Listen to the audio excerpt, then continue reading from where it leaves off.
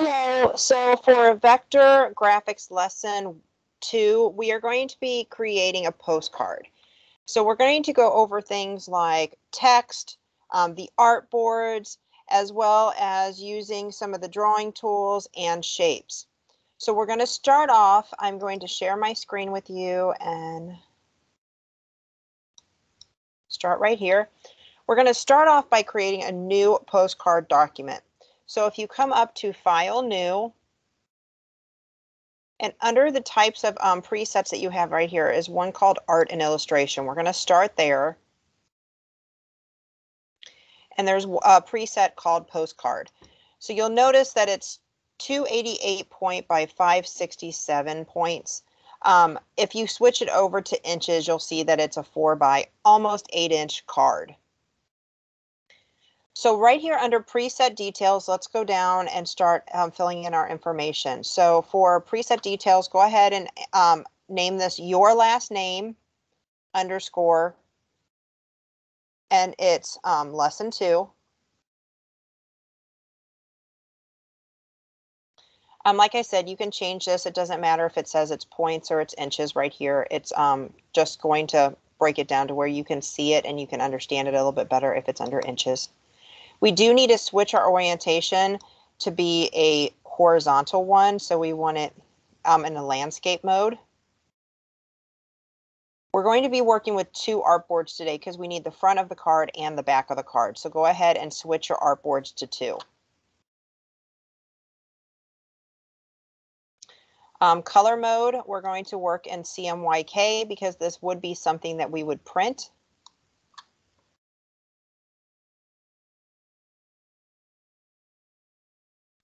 Okay, screen raster effects doesn't matter. We can leave this at screen 72. And then the preview mode, go ahead and leave it at default.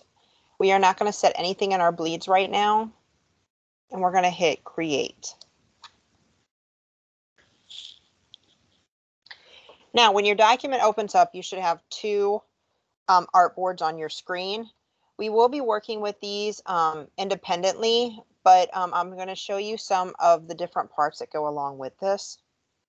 So we're going to use the one on the left as our front and the one on the back, right as our back. So we want to go ahead and just to show you how to name them. So there are a couple different ways to work with artboards. There is an artboard tool that's right here. It looks kind of like a square with a little tail coming up off the top of it. And if you click on that, you'll see that it automatically selects one of your artboards. You have the marching ants going around it. And if you click on the other one, it's going to select it then. Now, you can come over here in your properties panel. Because we use the artboard tool, it automatically changed our properties panel to reference the artboards. Now, the other way I said you could do it is I'm going to grab my selection tool just to click off of that artboard tool. You can see in your properties panel, then that properties panel changes and you can do right here, edit artboards. So either way, you can work with it starting from either this tool or starting from your properties panel. Now I'm back in that artboards panel and you can see right here, I have my first one selected and it also went back to my artboard tool. So my first board is selected. And right here, I'm going to change the name from Artboard 1 to Front simply by selecting the text that's already in there and typing over it to font. I'm sorry, to Front. And then I'm going to hit the tab. You'll see now on my artboard, it changed it to 01-Front. And we're going to do the same thing to Artboard 2, but we're going to change this one to say Back. And then I hit tab, and you can again see that it changes it. Now, this comes in handy as well whenever you're trying to switch through pages, because you can come down here at the bottom and be able to switch through your artboards. And if I do the little drop down, it now says front and back. So I don't necessarily have to remember, oh, 1 is my front, 2 is my back. Yes, I know there's only 2 of these right now. That shouldn't be super hard, but there's going to be times when you have, 10 or 11 artboards possibly. And if you have them all named, it's going to be a whole lot easier to work with. Now, in that same little spot that we were in earlier, if you do the edit artboards, you can also change the size of your artboards. So whatever one that you would have selected, like we have the back selected, I could simply come up here and change my width and height to whatever I want it to be. This comes in handy if you're designing something like you're designing a laptop screen, a phone screen, and let's say an iPad screen, which they're all slightly different sizes, but you want them to tie together. You could easily put those in there and have the different sizes and be able to see them. So that comes in really handy to be able to change them right there. You can also use this artboard tool, and you'll be able to pick these artboards up and move them as you need to and replace them. So if you want it, two to be in front of one, or if you wanted them to be on top and bottom of each other, you can do that as well. I use this a lot when I work with multiple artboards because I like them to be like only two wide instead of having a long strip of different artboards and having to scroll left and right to find them all. I like to have them where I can have multiple on the screen at one time. So you can do that too. You can move them however you need to. I'm going to go ahead and go back out. And we're going to start by working on the first board. So you're going to come down here and you're going to select one front. And it's going to make that fill your screen. Now, just so that we're all working in the same workspace, I want everyone to go up to Window, Workspace, and make sure they're on Essential Classic. If you're not, go ahead and click the little click on Essentials Classic. If you are, and you might want to go ahead and hit Reset Essentials Classic. All that's going to do is make sure we're in the same screen that with each other. That way you can find things whenever I point them out.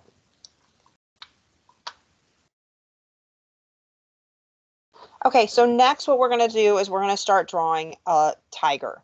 So what we have to do is we're going to be working with this program kind of like now, kind of like you were working in Photoshop with layers. You can work with layers sort of the same way in Illustrator. So right here on your panels bar is a little panel that looks like two pieces of paper on top of each other. These are your layers. Now, you can click on the bottom and pull it down. The way layers work is slightly different in Illustrator than it was in Photoshop. In Illustrator, it has where we can do what's called layers and sublayers, where in Photoshop, it was only layers. But you could do layers and you could do groups. So you could group multiple of the layers together and be able to keep them in one area. So this is going to kind of work the same way as working in groups, but it's just named differently. So let's start and it'll make a little bit more sense. So the first thing we're on layer 1. So we're going to come over here and we're going to grab our shape tool. So the shape tools are right here on the left hand side, and we're going to do an ellipse. And I want you to draw a circle for the body. To draw a circle, you're going to press and hold the shift key and drag. The shift key is going to keep it as a circle. If you don't press the shift key, I'll show you what happens, and it turns it into an oval. Okay, we don't need the oval right now, so I'm just going to go ahead and hit delete and get rid of it. What we want is a circle. Now with shape tools, what they're going to do is they're going to create the shape that you want. So you have everything from rectangles to rounded rectangles to ellipse to poly to stars. All of these tools are going to create those shapes. You can create them one of two ways. So we did, just like we did where we drew and made a circle, you can also double click and then you can tell it the exact size you wanted it. So if you knew you wanted a 2-inch by 2-inch circle, you can do that. I'm going to hit cancel because I have the circle that I want already. Okay. And again, with Illustrator, we don't do like we did in Photoshop where you would use a paint bucket to fill an area or anything like that. What we're going to do is we're actually going to fill the shape, or we're going to mess with the stroke. So that's what these two boxes right here are. This is your fill box, and this is your stroke box. Swoosh that one down. Okay, So in the fill box, you can choose the color that's going to fill the shape like you're coloring it in, where the stroke is going to be the line around it. You also have the option to not do either. So if you have, like right now, you can see I have a black stroke around this. If I want it no stroke, I can simply click on the stroke right here, and then I can click on this little none button, and it would make it go away. Oh, I have to have it selected first. There we go. Now, there's still a circle there. You can see it, but mine's white right now, so you can't see all the detail to it. Okay, we can also fill it or outline the stroke by changing the color. So the way you can change colors on these, I'm going to go back to black on this one, so I'm going to have it selected. And then right here, this is your default. So let's go back to default. Now, you can change the color in 3 different ways on this for both of the areas, both the fill and the stroke. So we want an orange circle with no stroke on it. So let's first choose our orange. So you can do it here. This is your fill color. If you double click on it, you have a color picker where you can pick the exact color you want. You have at the top of your screen, you have a drop down where it gives you your little swatches, and you can pick from a swatch that's already there, or you can pick from the library. Or over here in your appearance panel, again, if you click on it, it's going to give you your swatches and the option to choose from the library. Okay, for this though, I'm going to come over here and I'm going to do the color picker on the toolbar, simply because I want to pick the orange that I want for my tiger. So I'm going to come down here and I'm going to pick a specific orange. You pick whatever color you want your tiger to be. And then press OK. And like I said, I don't want the black outline around it because I don't want this to be completely cartoony. I want it to be a little bit more illustrative. So I'm going to come over, I'm going to click on my black stroke line, and I'm going to hit no stroke here. You can also do it up here. There's the no stroke right here. Or you can do it over here with the stroke as well, and there's the no stroke there. Okay, so you can pick which one you want to do it in. So now we have this orange piece right here. So I'm going to come over to my layers panel again, and I'm going to open that back up. Remember, that's the 2 pieces of paper on top of each other right here. And I'm going to click on the words layer 1. So double click on the words layer 1, and I'm going to change it to body. We are going to break this tiger down by the separate areas so that while we're doing it, it makes it easier to put some in front of the other or some behind the other and be able to see those layers better. So this layer right here, it's called body. This is a layer.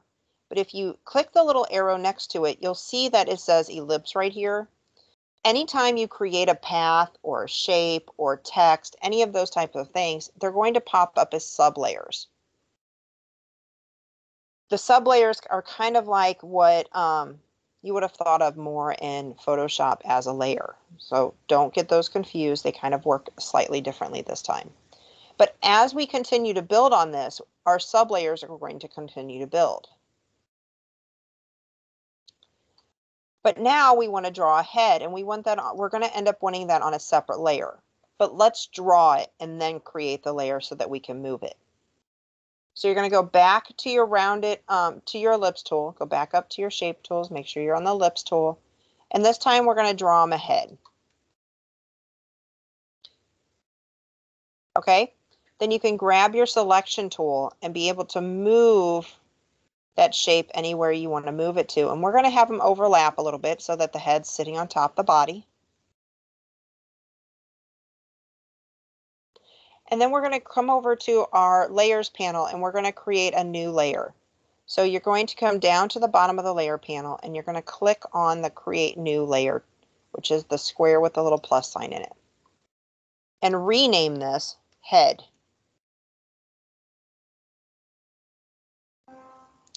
Now you'll see that our head layer does not have anything inside of it. We actually want to have this circle inside that head layer. So by clicking the the little down arrow, we can now see underneath our body there's two sub layers. They both say ellipse. By the way, you can change these as well, just like we changed the word body. You can double click on the ellipse and change it to name it whatever you want to name it. But you're also going to see a little blue square right here. This indicates what's selected. So if we select the body, you'll see a little blue square pop up. If we select the head, again, you'll see a blue square pop up. This comes in really handy when you have, you know, many of the sub layers going and you're not sure which one you need to be on or which one that you're looking for. You can simply click and select that object and it'll show it for you so you can find it. So now with the head selected, again, black selection tool, head selected, we're going to click on it in the layer panel and we're going to drag it up and we're going to drop it in the head panel. Now, one thing you'll notice is that you have a little circle in both of these now. But the other thing you should notice is now our little box over here is red, as well as the bounding box that goes around our shape. And if I hover over the body one, you'll see that it has a blue line that goes all the way around it. So this allows you to be able to select something and know which layer it's in, not just which sub-layer it is. It also has on here, the layer itself will have the box next to it when something's selected. So again, it builds up another layer of just being able to find what you're looking for. So it makes it a little more helpful. Okay, so I want to make my body a little bit darker than my head. I want my head to stay this color, but I want my body to be a little bit darker just to give it a little bit of a shadow and a depth to it. So I've selected it. I'm going to double click on that orange, fill color over here, and now I'm just going to come down with my picker and I'm just going to pick one that's a little bit slightly darker. Okay, so now you can see the head sitting on the body without it having an outline.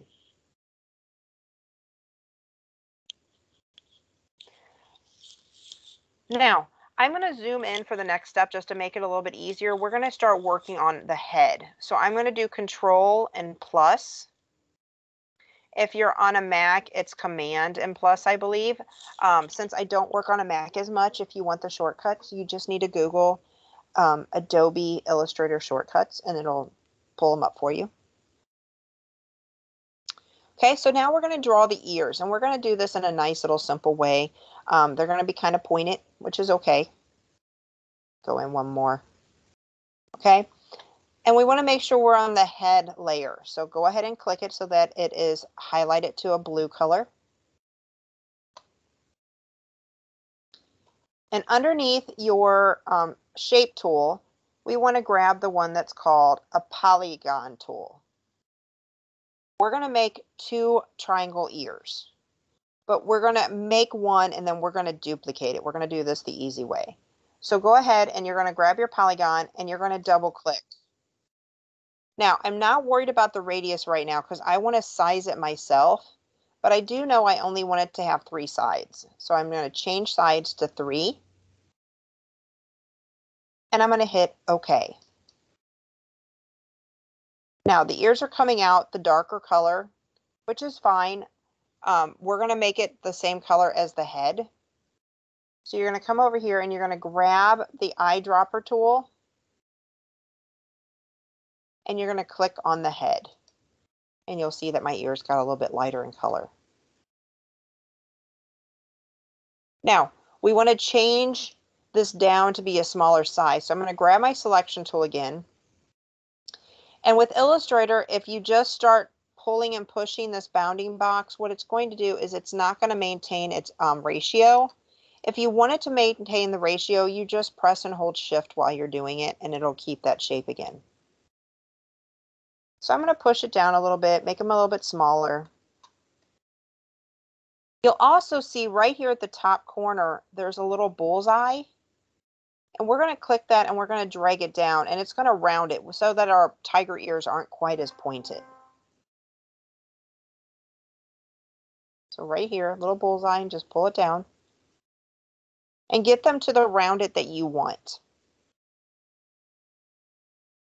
Now, if we were to put this on the tiger's head, it's going to make them not fit correctly. And we need to rotate this so that the ears will actually be kind of coming out of the side of the head a little bit. So when you're working with a bounding box, the corners, if you go on the corners, you'll see that your arrow turns into a two-way arrow. And that works on any of the anchor points. But if you pull your cursor right outside one of the anchor points, you're going to see that your arrow, your two-way arrow, kind of has a bend in it now.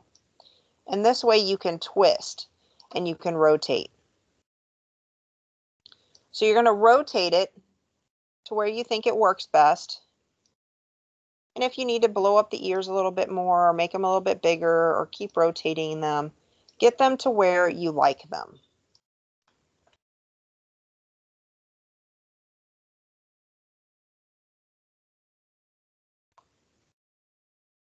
Okay, once you have it done, what we need to do with it is we need to make a mirrored reflection of it. So we need to reflect it so we can put it on the opposite side of the head. So make sure, again, that your ear is selected, and then you're going to come over to your toolbar, and there's what's called a rotate tool right here that looks like a curve, like a circle with an arrow. And if you click once on it and hold, you're going to see that you do a drop down and it has the reflect tool. That's what we want, the reflect tool. Okay, it doesn't look like it did anything because it didn't. We just selected the tool. So to get it to reflect, we're going to double click on the tool itself right here in the toolbar, and you'll see that it flips it. So we want to make sure that it's on the vertical option because we want a mirror image to the vertical. And instead of just hitting OK, which would have just flipped it and we would lose that first ear, we want to do copy. So click copy. And you'll see that your reflection, your original is there, and so is your reflection. So now you can click on your selection tool, click on the triangle, and press and hold Shift. Now, as you drag it to the right to put it on the other side, it's going to stay on the same line. So it's going to be even with the first one we did. And you can let go when you get it to where you want it. Okay, now the problem with this is our ears are in front. So again, we're going to go back and work with our layers and sublayers. So under the head layer, you're going to do a little drop down. And we want to make sure this ellipse right here, which is the head, is on the top of those layers. So we're just going to drag it up. Now it just means that the head is in front of the ears.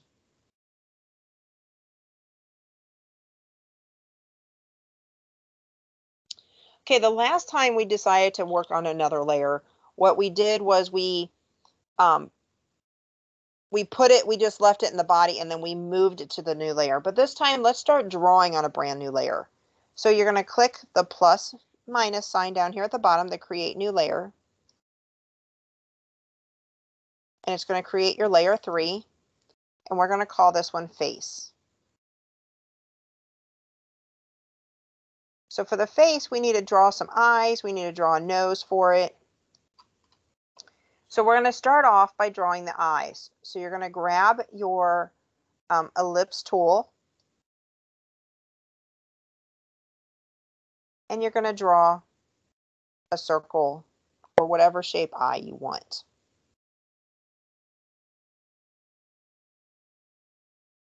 Now we want to make this one black. Instead of going over here and using the color picker and trying to get a perfect black, what I'm going to do is I'm going to come over to my fill panel or to my appearance panel in the properties. I'm going to click on this little fill box, and they already have a black picked for us. And just by selecting it, it turns your eye black.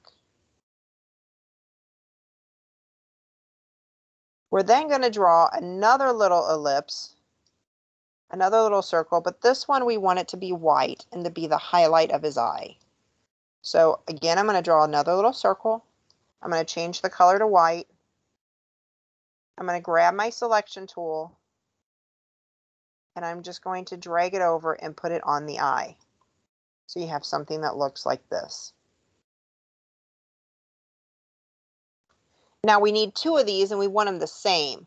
So we're going to select both of the circles we currently have and we're going to duplicate them. So you're going to grab, again, make sure you have your selection tool, draw a square over both. So you're going to click at the top and drag down to the bottom right, and it's going to select both of them. So you can see that both of them are now selected. Click on the black circle and hold. Press Alt and drag it over.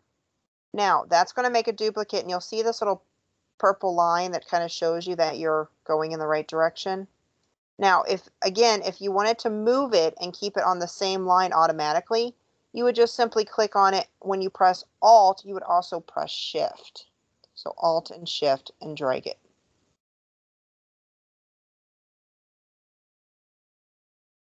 Now we need to select both of them and put them on the cat's face. So selection tool, click the top left corner and drag to the bottom right corner and create a box around both of them.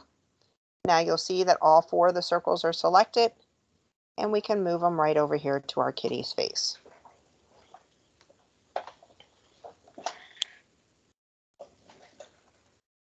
Now Kitty needs a nose as well. So you're going to repeat that same step, the same two steps, where we're going to make a black circle or oval. I'm going to make mine a little bit more oval, and I'll change it to black.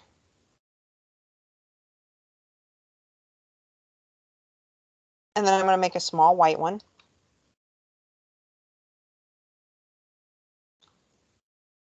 Grab my selection tool, move the white one onto the black one. And again, if you're not happy with the size or the shape of any of it, you can always use your little bounding boxes and change those.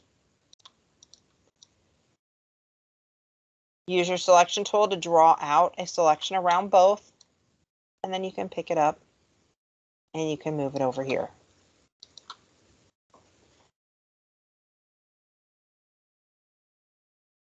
Okay, so that's the basics of those shape tools and how they work.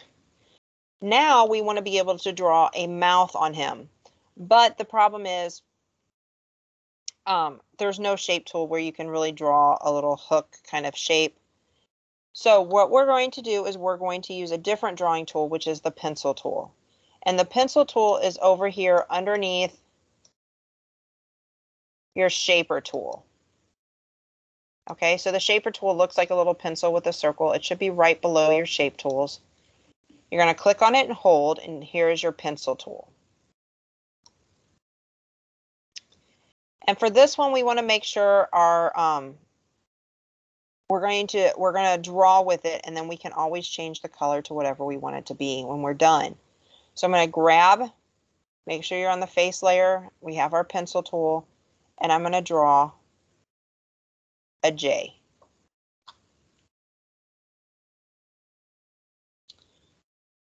Okay, now right now it's showing that neither of my fill or my stroke have a color to it. Since this is just a path and I don't want it to be a shape, I just want it to be the J, I want to pick my color on my stroke. So I'm going to go ahead and do mine black. Feel free if you want to change yours to red or pink or whatever, but I'm going to change my stroke to black.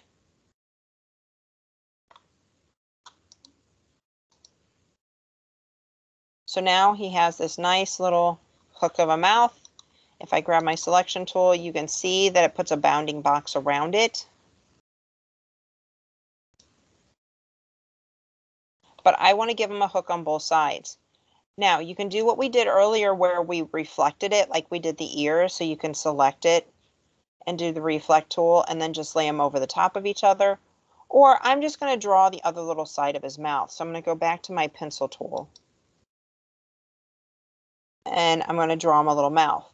Now, here's the thing. If I draw and I connect with that original path, see what it does? It connects it to the new path, and I don't want it to do that. So the easiest way to do this is to just draw what you want over to the side then use your selection tool and move it and overlap them so that you control where it goes.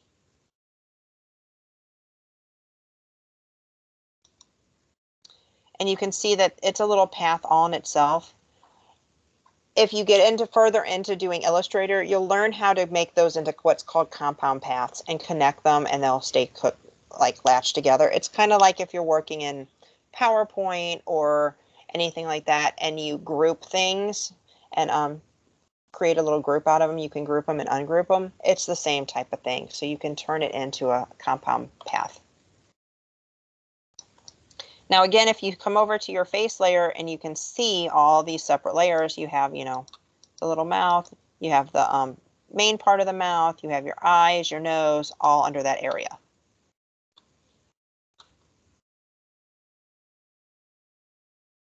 Okay, so we are drawing a tiger, not just a kitty cat, so we want to be able to put some stripes on him. So again, you can do these on some of the same layers and just make the subpaths, but we're going to go ahead and we're going to create a new layer again, because that's what this lesson is about, practicing. So we're going to create a new layer down here, and for this one, we're going to call it, I'll call it face stripes.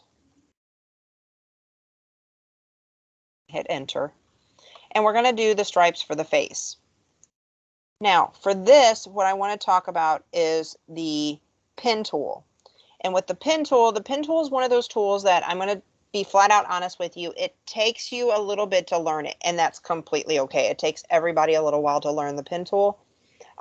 Once you've learned the pen tool, though, it's going to be your absolute favorite tool that you use, just because you can do so much with it and you can create so much of the outlines and fills and shapes and stuff that you want. Okay, so I'm going to zoom in again, Control plus. If I get in too close, I can Control minus and zoom out a little bit. And I'm going to scroll down so that his face is on my screen. Now, the pen tool is the third tool down over here. It looks kind of like a fountain pen. And what we're going to do is we're going to create his little stripes. So the pen tool can create straight lines and it can create curved lines. It can create both. So for the first one, we're going to create just straight lines so that you can learn how to do this. Straight lines are the easiest. So you're going to click it somewhere that you want it to go. And then you simply come down and click again. And then you go back and you click again. And then if you go straight back to the very first point that you made, the first anchor point you made, and click again, you've created a shape now. Okay? So if you want to fill it, you can fill it right in here, or in the other two places I've shown you. But what I'm going to do is I want to just flip these two. So this little arrow right here, I'm going to flip it so that my fill is black and my stroke is nothing.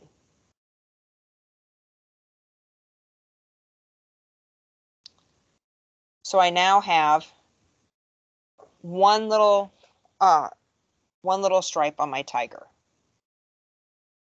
Now, you don't want all these stripes to be perfectly straight. You want to be able to curve them a little bit so it shows the curve of the tiger's face. So for the next one, we're going to create a curved line with the pen tool. Okay, so to create a curved line, you're going to click and let go of your mouse or of your touchpad. And then when you come over to the next one, instead of clicking and letting go, I want you to click and hold your key, and then you're going to drag it. Now, this is going to allow you to curve it, depending on if you drag towards you, you drag the mouse away from you, how you drag it, how you pull these handles is all going to depend on how you create your curve. This is where people sometimes get frustrated. So just kind of make the curve to the best that you have your liking for right now, and then let go. Now you can see my fill color has kind of popped up to the top. It's not going to stay there. What it does is it automatically fills from anchor point to anchor point. When we're done, it'll fill inside just like it did on the last one. If you're working on something and that's bothering you, like it's getting in your way, you can always come over here and make sure you have no fill on part of it or on all of it, and then it'll show, it'll just show the like blue path that we have going right now, and then you don't have it blocking anything, which kind of comes in handy sometimes. Okay, now you'll see that my blue little line, my path line, is still attached. I have this little tail when I move my cursor, and it's curved. So what Illustrator does is it tells you, okay, you made this curved line. The next line, I'm going to tell you what the perfect curve is, and it's going to finish that curve for you. I don't use it a whole lot. I only use it if I'm trying to make something like perfectly round or a perfect arch. A lot of times you want it to reset so that you can tell it exactly what you want it to do. To do that, you're going to press and hold the Alt key, and you're going to click on the last anchor point you drew. Now you'll see my tail is straight again. Okay, so even though it's straight, I can make it curved, just like we did earlier.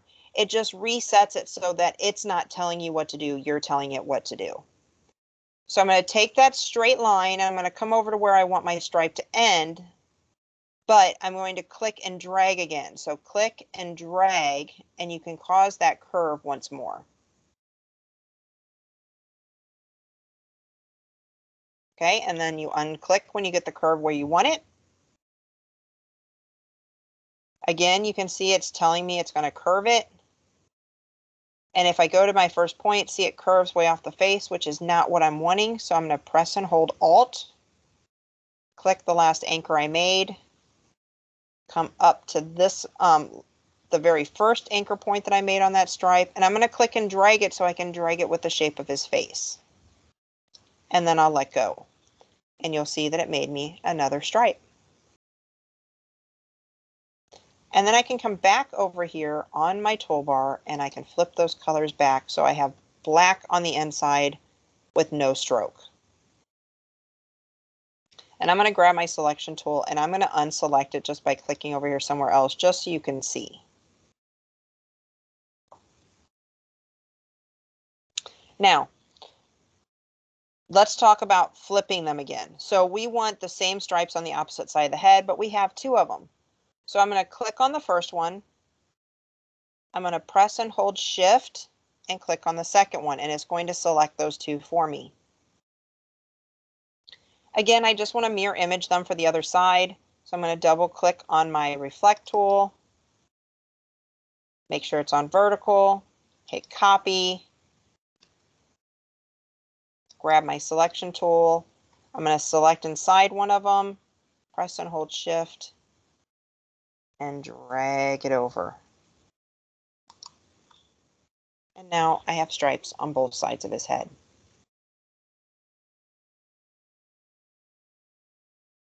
Now, for your assignment, I want you to also do some that's on the body to get some practice. So what we're going to do is we're going to work on the body next. So you can go back at after we're done, and you can add more stripes to the head before you submit the project. Next, though, we're going to work on the body, and I'm going to do Control- to get out just a little bit. And I want to draw it so that it looks like he has some legs. So I'm going to select my body, and you'll notice it's down here in the bottom layer. Okay, so I'm going to unselect it, and I'm going to change my color, and you can change your color to anything. I suggest changing it to a different color so that you can see what we're doing while we're doing it. The color doesn't matter because this shape is going to actually disappear. So I'm going to turn it to a nice bright red just so you can see what I'm doing, and hit OK. I'm then going to grab my ellipse tool, and I'm going to draw an oval. Simply by clicking and dragging. Do not press Shift because it's going to give you a perfect circle. Okay, and I'm not going to put this perfectly in the center of his body, but I'm going to lower it down a little bit so he has a little bit more body mass. And I'm going to get it in here. If yours is too skinny or if it's too fat, go ahead and resize it. You want something that looks along these lines. Now what we're going to do is we're going to cut this circle or this oval out of this circle so that and then we'll create his legs. So you're going to have your new oval selected and you're going to go to Object, Path, and Outline Stroke. That's just telling it this oval is the most important thing that we're looking at right now. You're then going to press and hold Shift and click the body. Now you'll notice that both of them are have the blue line around them. It's still, our oval is still the most important one. It knows it because we did that extra step. Now, there's two ways of doing this. The first way is to come up to Window and go to Pathfinder, which is right here. But if you have your screen at full size, you should be able to see it right over here. It says Pathfinder in your Properties panel. There are 4 different ones of these that can affect how you work with this. So the first one is it connects them together. So I always use the example of like if you're building a snowman in Illustrator and you have 3 circles and you want all 3 circles to work together to have a body, a head and a body, you would do this one. So if we selected this one right now, it would make this one shape. The next one is called minus front. This is the one we're actually going to use. So I'm going to come back to this one in 1 second. The third one is called intersect. And what it's going to do is I always use the description of like having a Venn diagram and how you have 2 circles that overlap each other a little bit. This one would get rid of the outside and only keep where they overlap. So in this example with these 2 circles, it would keep this and it would get rid of this and it would get rid of this. On the last one, it's called exclude, and what it's going to do is the opposite, is it would keep this and it would keep this, but it would get rid of this part.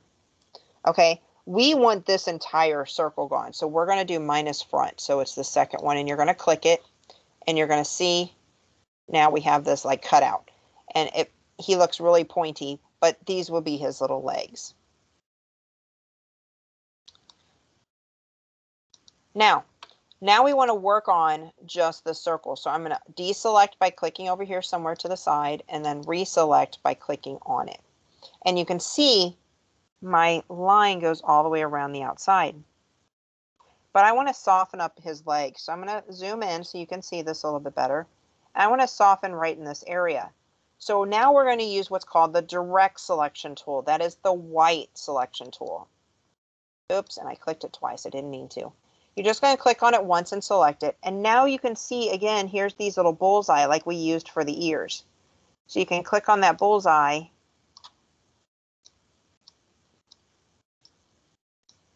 Oh, for some reason it's not wanting to let me do it. Okay, you're going to click on the little bullseye and you should be able to drag. It's not letting me do it. You can do it that way if it allows you. The other way to do it is to click on the actual anchor point itself, and it's going to give you these handles. There's one here, and there's one right here, but it kind of blends in. And you can use these handles and curve just by pulling them. So you just click on the end of the handle and you can pull on it and you can curve the shapes yourself. Then you should be able to go back, yep, and round that corner. And you can do the same thing on the other side. You're going to click on the anchor point itself, use the handles, and pull these down and around, and get them how you want them. And then use that bullseye to round out your paw.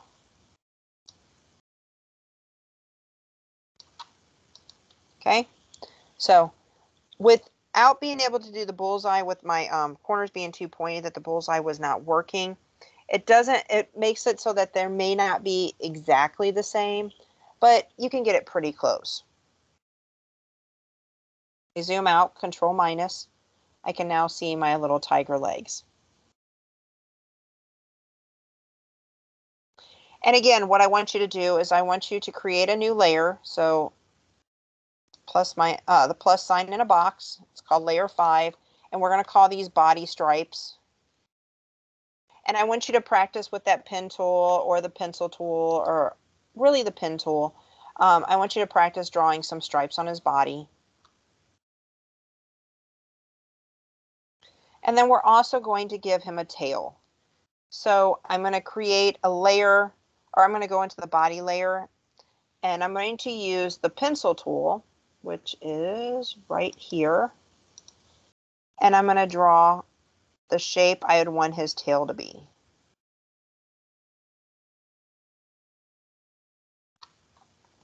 And it's okay that I'm overlapping it a little bit. I'm going to go from start to finish. Make sure you finish it out. I want his tail to be the same color as his head. So there's a little eyedropper tool over here. I'm going to click it. I'm going to click on the color of his head and make his tail. And it's in front, but again, if I click on the tail and I drag it down here to the bottom, now it'll be behind his body. And you can add right here in between these two layers, you can add some little tiger stripes to his tail too, to practice.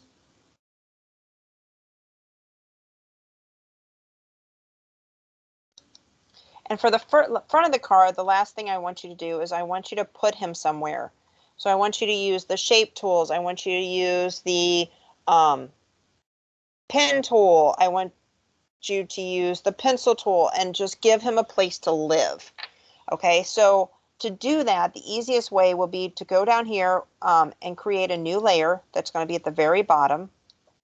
And I'm going to name it background. And then, if you want to have some ground, you can grab your rectangle tool. And as long as you're in that background layer, you can draw some grass for him to stand on. And again, change the color to whatever you want the color to be. Oops. You can give it a sky. You can do all that type of stuff. If you want to draw a tree, you can draw a tree. If you want something that comes up, like sometimes I'll have students that want to do like grass in front of him. You just have to, if you want everything in front of him, you create a new layer up here at the top, and you can call this, foreground. And then whatever you draw in this layer will appear over him. So if you wanted him to be peeking from behind a tree, you could draw the tree in the foreground layer, and he would be behind it. So you're going to give your cat somewhere to live, your tiger somewhere to live. Now, on the back of the card, let's come over here and talk about the back of the card. For the back of the card, we're going to create a whole new layer up at the very top, and we're going to call it back of card, just so we remember what it is. And again, I'm going to come down here to the bottom, and I'm going to click down here and click on the to back so that it centers that card. And if you want to zoom in, you can just Control plus and zoom in a little bit. And the back of the card, we just want to make it look like an actual postcard. So first, we're going to use the shape tool, and we're going to use a rectangle tool, and we're going to make the little area for the stamp. So you're going to simply draw a rectangle up here where you would put your stamp. Now, I went ahead and grabbed my selection tool because I want to show you how this works if we do not have a fill in it. So for this, I wanted to match my background. I want it to be white or match my background. So I can come over here and I can click this default right here, and it'll automatically make the fill white and the stroke around it black. But when you're working in Illustrator, first, so right now I have a white box with a black line around it. If I was to try and click and select it and move it, I can just click on it anywhere and be able to move it. Something that some people run into a problem with is when they have no fill in something. And even though it's on a white artboard, if you click on it, it won't let you select it. You have to click on the path. The reason for this is your artboard is only white so that you can see it. Honestly, you're working on a clear piece of paper when you're working on an artboard. So you have to tell it every color. So just like we did for the background over here, we made this big green rectangle. If you wanted the background to your artboard to be white when it prints, then you would have to make a white artboard. That way, if you print it on white paper, it would look white. If you print it on black paper, it would make a white square. So if you want the artboard to be a color, you have to make it a certain color. So right now it's transparent. So if I was to click in the middle of this box that's also transparent, I'm clicking on nothing. Basically, all that exists is this line. So I'm going to switch it back to white with a black stroke. That way, now it is an actual shape. If I click inside of it, I just kicked myself out of it. Now if I click on it and I try to move it, it's actually a shape with color inside of it. There's some kind of fill in it. Okay, so that was just a little side note to make it a little bit easier when you're doing this. Okay, for the next thing, you can do two ways of doing this. The easiest way would be to use the line tool, the segment tool. So we're going to create a line that just goes from here and it goes straight down to the bottom. So you're going to click and you're going to drag down to the bottom. And again, if you press shift, it's going to keep us completely vertical. If you don't, you can swing it. We're going to draw that little line. On the back of the postcard, the left side is always where you write. The right side is where you put the address. Now, if you grab your selection tool while you're on this path, you can also up the size of it to make it thicker. So I'm going to up mine to an 8. So I have a thicker line down the middle. Or you can change the color of the stroke and be able to change that. And you can also move it around.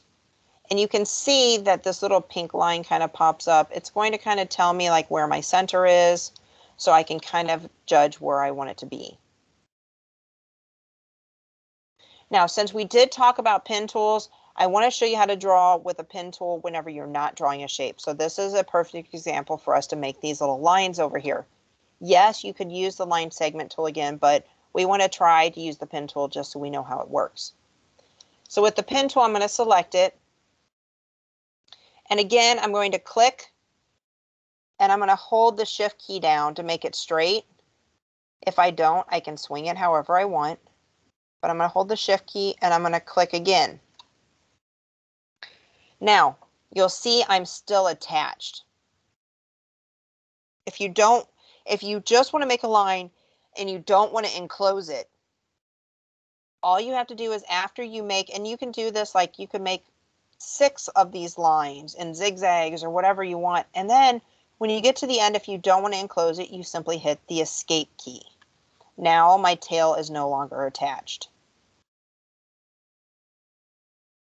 And I'm going to come over to my stroke and I'm going to make these a little bit thinner. These are just where you write addresses on it, so it's just there for a guide. So I'm going to go down to like a 2.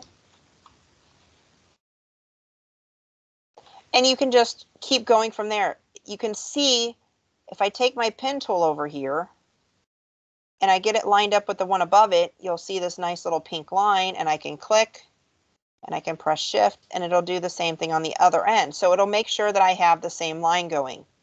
And then I just hit escape. And I can keep doing that again and again. Or you could go back and do the duplicate it. And so I'm going to grab my selection tool. I'm going to select the first line, press and hold shift, select the second line, and then I just simply click on the path, hold Alt, and drag down, and it's going to copy them. Oh. Press shift, select them both, press Alt, and drag them down. There we go. Now you can see it gives me the little measurements to tell me that I am the same distance for both of them. And then I can let go with my mouse and then let go of the Alt. And I now have the back of my card. So what I want you guys to do is I actually want you to finish drawing on the front of the card and make sure that, you know, your tiger has a place to live. And then you're going to save it. I always suggest that you guys save things two ways. The first way is File and Save As. And you want to save it as an Illustrator file. So you can put this wherever you need to put it.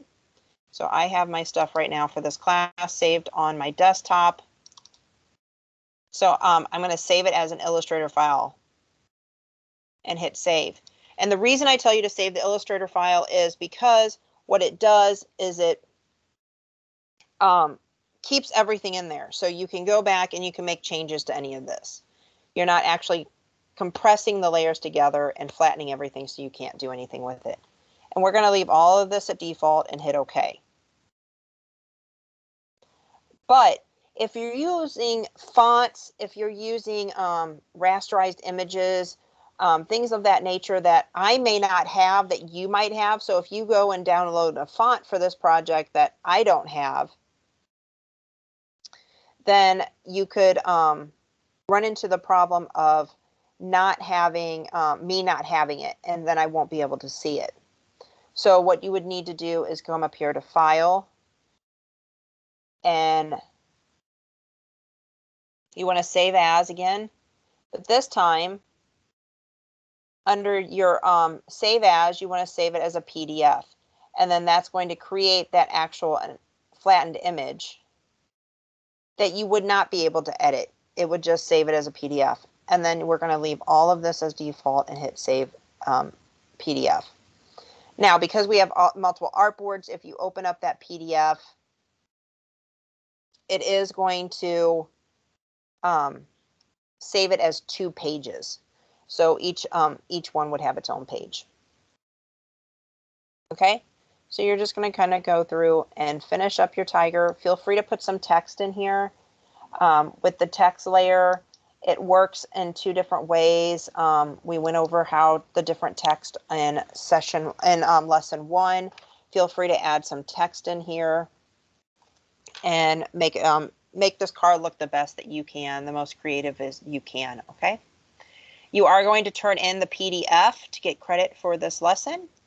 And then for the next lesson, we'll start talking about your project for vector graphics.